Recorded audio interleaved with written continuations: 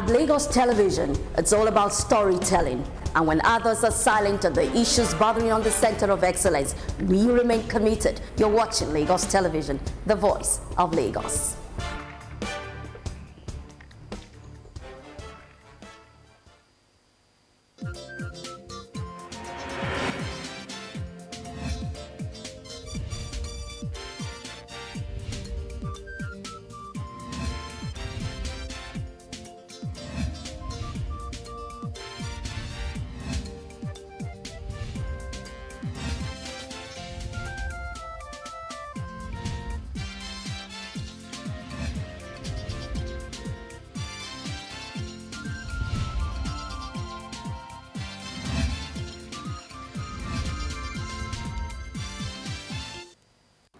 Good afternoon. Welcome to the news on Lagos Television. I am Bababumi Agbibi.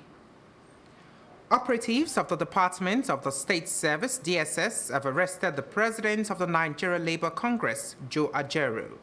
Ajaero was arrested this morning at the Nnamdi Azikiwe International Airport, Abuja, as he was about to board a flight to the United Kingdom for an official assignment when DSS picked him up. Although details of the arrest and the reasons are still sketchy. Ajaero was billed to attend the Conference of Trade Union Congress, TUC, in the United Kingdom holding today. NLC President had on Thursday, August 20, honored an invitation by the Intelligence Response Team, arm of the police force. This followed the police summons on August 19, asking him to appear the next day and threatening him with arrest should he fail to comply.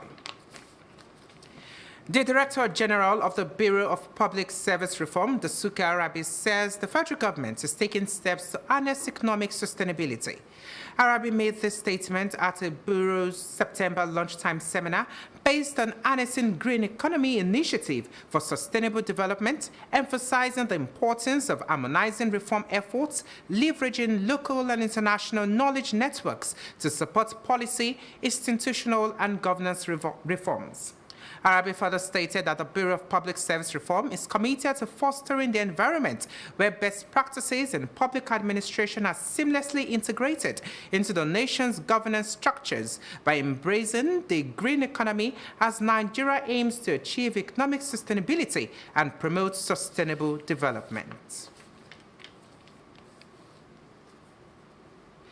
The Senate committee investigating the alleged sabotage in the petroleum sector has announced the postponement of its public hearing, scheduled to begin today. The Senate leader, Okpayemi Bamidele, said the postponement was done to enable the committee consult widely with relevant stakeholders whose input and participation would add value to the conclusion of the investigative hearing. Recall that the Senate informed the head of committee to investigate Among Us funds spent on maintaining the nation's refineries, beam searchlight on the regulatory agencies' overpayment to transporters, and unravel alleged importation of hazardous petroleum products and dumping of substandard diesel into the country. The Minister of Finance and Coordinating Minister of the Economy, Wale Edun, has debunked reports during the rounds that the rate for value-added tax, VAT, has been upwardly adjusted to 10% from 7.5%. The minister, in a statement signed by him, affirmed that the VAT rate, as contained in relevant tax laws and chargeable on goods and services, remains at 7.5%. He adds that it is on record that the federal government, as part of efforts to bring relief to Nigerians and businesses, recently ordered the stoppage of import duties, tariffs, and taxes on rice, wheat, beans, and other food items.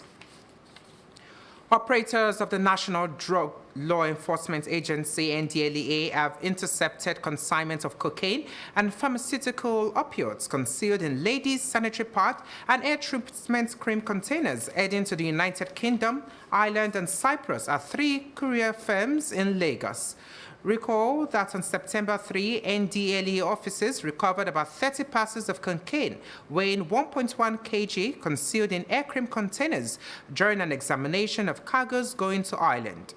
Confirming the development in a statement, the agency's spokesman, Femi Babafemi, said another consignment of 24 parcels of cocaine weighing 862 grams, also hidden in air cream containers meant for delivery in the United Kingdom, was intercepted on September 6. The Lagos State University Medical Students Association organized an entrepreneurship summit for members with the theme, Versatility of an Entrepreneur, Navigating Economic Challenge for Sustainable Innovation. Health correspondent Aminat Elegushi tells us more. This entrepreneurship summit, organized by the Lagos State Medical Student Association, is held annually to help medical students be more commercially aware. They are going to practice in an ever-changing workplace, and more than ever, there's a need for them to, deploy more creativity, more innovation, even in the practice of medicine. And of course, for those who may be interested in other things aside their conventional studies, we hope that as we pull in resources, as we pull in speakers, and they have meaningful conversations, that medical students can pick ideas, ignite their potentials and see how to take things to the next level. So we have medical students that venture into a lot of businesses. Some of them sell the day-to-day what we use.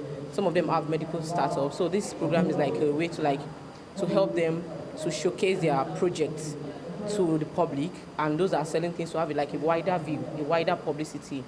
As such, it will reduce their the financial burden on them and as well as their parents. Over the years, medical students are just they've been conditioned to just face medicine, and this is a summit that will push them to look beyond the stethoscope, and that's outside the confines of the usual medical career.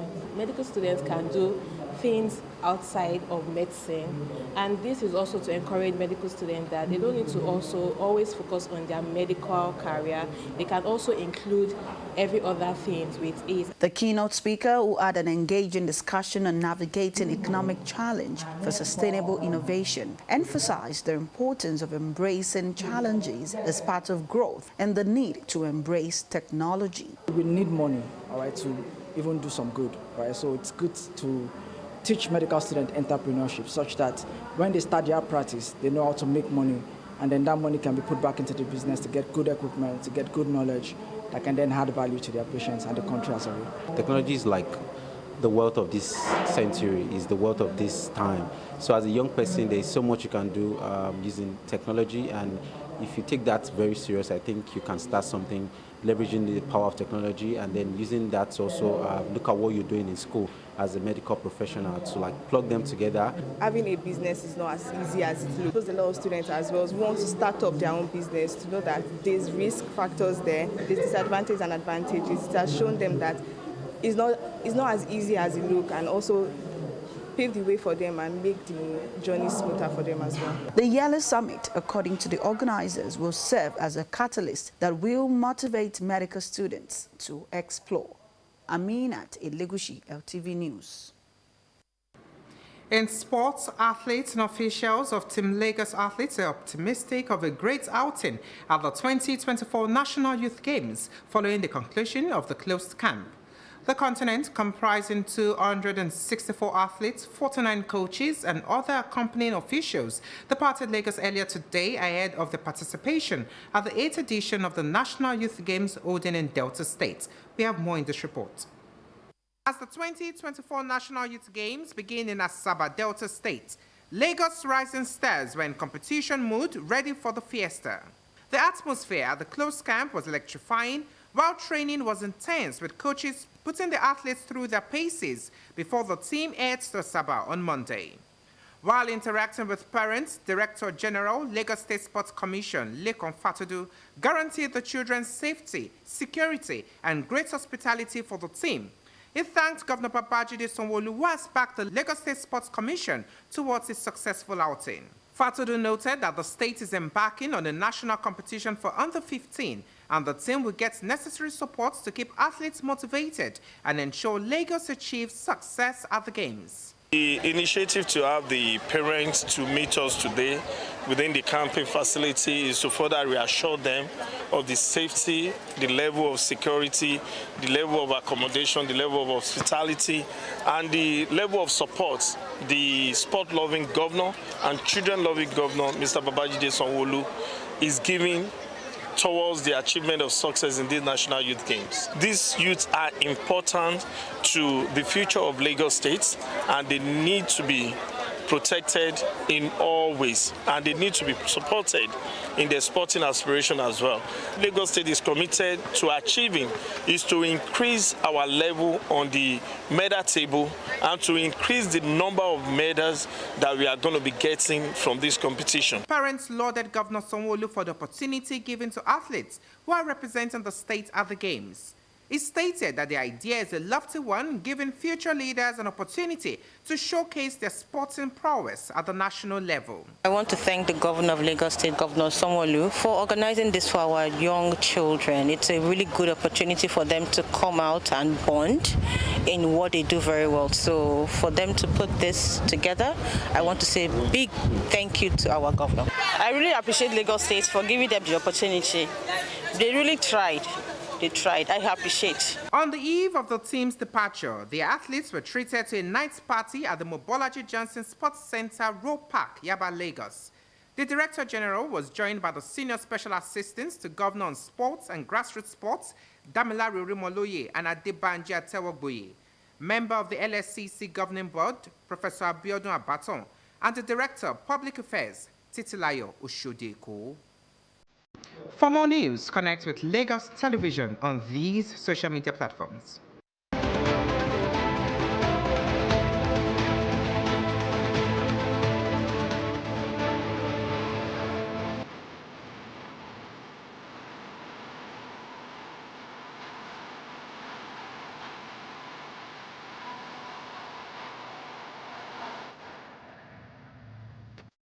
A quick reminder to call Lagos toll-free lines 767 or 112 in case of emergencies. Many thanks for watching. I am Bababumi Agbibi. Join us again at 4.